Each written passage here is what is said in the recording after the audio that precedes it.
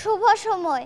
আজকে আমাদের পরিবেশনা কবি সুকুমার রায়ের লেখা গোফচুরি কবিতাটি। হেড অফিসের বড় বাবু, লোকটি বড় শান্ত, তার যেমন মাথায় ব্যামো কেউ কখনো জানতো।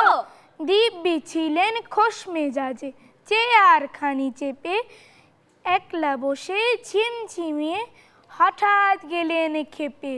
আতকে উঠে হাত পা ছুড়ে চোখ ঠিক করে গোল, হঠাৎ বলেন, গেলুম গেলুম আমায় ধরে তোল।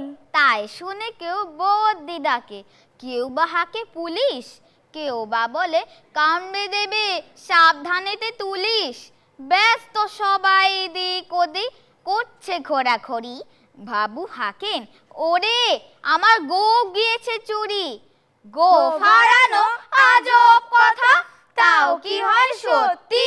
গোঁফ জোড়া তো তেমনি আছে, কমেনি এক রত্তি।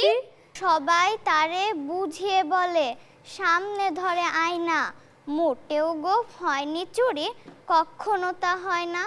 রেগে আগুন তেলে বেগুন, তেরে বলেন তিনি, কারো কথার ধার ধারি নে, সব বেটাকে চিনি। নোংরা ঝাঁটা ঘ্যাংরা ঝাঁটা বিচ্ছিরি আর ময়লা, এমন গোঁফ তো রাখতো জানি শ্যামবাবুদের গলা।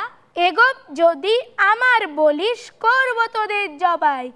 এই না বলে জরিমানা করলেন তিনি সবাই। ভীষণ রেগে বিষম খেয়ে দিলেন লিখে খাতায়, কাউকে বেশি লাই দিতে নেই, সবাই চড়ে মাথায়। অফিসের এই বাদরগুলোর মাথায় খালি গোবর, গোঁফ জোড়া যে কোথায় গেল কেউ রাখে না খবর। ইচ্ছে করে এই বেটাদের গোঁফ ধরে খুব নাচি, মুখ্যগুলোর মুন্ডু ধরে কোদাল দিয়ে চাচি। গোঁফকে বলে তোমার আমার, গোঁফ কি কারো কেনা? গোঁফের আমি গোঁফের তুমি, তাই দিয়ে যাই চেনা।